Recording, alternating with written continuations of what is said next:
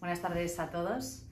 Hemos terminado un mes que también empezó de manera bastante revuelta. El mes de mayo ha roto una racha negativa que llevábamos en los mercados, y es que por un pelín los principales mercados de renta variable han conseguido prácticamente borrar todas las pérdidas. Terminamos con ligeras subidas en el caso de Estados Unidos, a excepción del Nasdaq, que se dejaba finalmente un 2% después de haber pasado por una caída superior al 10% en algún momento del mes.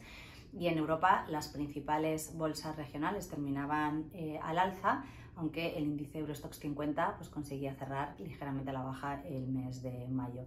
Como les decía, empezábamos un mes donde cotizaba un cierto pesimismo y donde teníamos bastantes noticias negativas, aunque a mitad del mes de mayo las bolsas reaccionaban y se apuntaban alzas importantes en la última parte del mes. En la renta fija también hemos visto una cierta recuperación, sobre todo en el mercado americano. Después de 4 meses consecutivos de pérdidas, los distintos mercados de renta fija en Estados Unidos terminaban en positivo, tanto los bonos de gobierno como los bonos más arriesgados, los mercados de crédito. Sin embargo, en Europa seguimos con la tónica del comienzo del año. Muy mal resultado para los distintos mercados de renta fija, a los que les sigue pesando el tema del año, y es la inflación.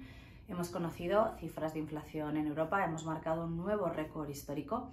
En la eurozona hemos puesto la tasa de inflación por encima del 8%, en concreto en el 8,1%, y además la tasa de inflación subyacente, que es la que excluye el precio de la energía, que es el elemento que más sigue aportando todavía a los datos de inflación, y los alimentos, que también están subiendo mucho, sigue también con un recorrido al alza y parece que no da tregua.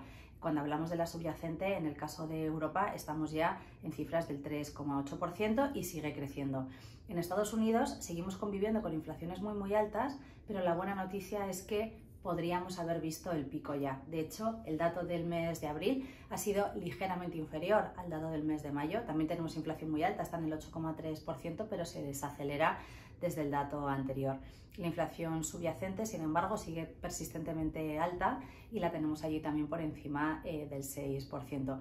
Mientras sigamos viendo sorpresas por el lado de la inflación, los mercados metabolizan de alguna manera que los bancos centrales van a tener que acometer todo el plan de subida de tipos que han anunciado. De hecho, les contábamos el mes anterior que en los primeros días del mes de mayo la Reserva Federal había puesto en marcha la segunda subida de tipos del año, 50 puntos básicos.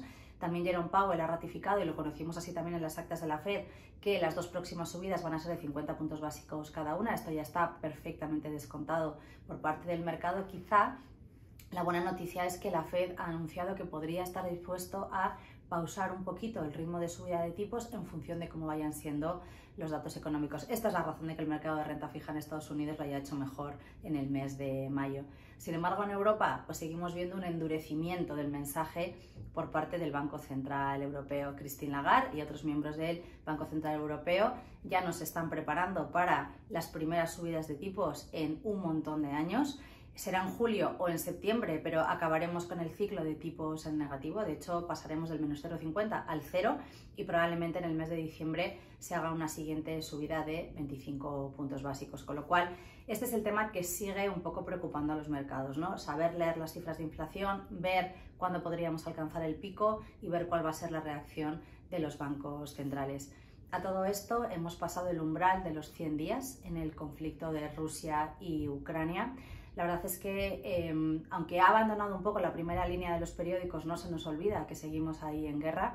Sigue siendo un desastre desde el punto de vista humanitario, pero sigue siendo también una zona que está provocando muchísimas distorsiones en el mercado, tanto de energía como de alimentos. Rusia y Ucrania son grandísimos productores mundiales de grano, de cereales, de fertilizantes, y esto lógicamente está afectando a que algunas zonas del mundo se estén enfrentando a subidas importantes en el precio de los alimentos, y seguimos con muchísimas tensiones también en el mercado de la energía.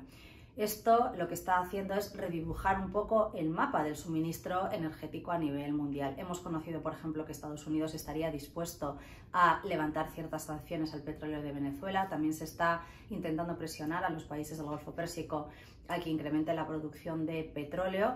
Y como siempre suele pasar en Europa, cuando nos vemos un poco forzados por las circunstancias, tenemos que actuar.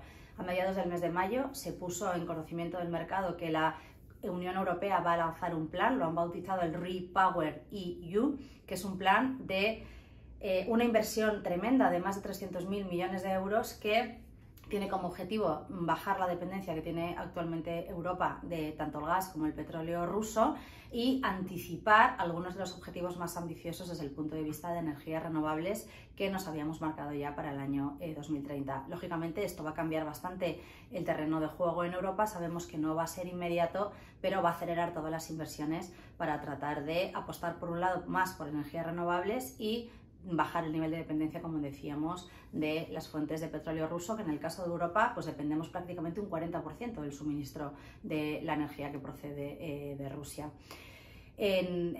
Con esta foto de lo que ha pasado todo este mes, bueno, pues ya se pueden ustedes imaginar que la gestión de las carteras sigue siendo bastante complicada porque los dos principales activos siguen teniendo una volatilidad tremenda. En Avante hemos cerrado un mes donde hemos conseguido al final paliar muchísimo las pérdidas en las carteras.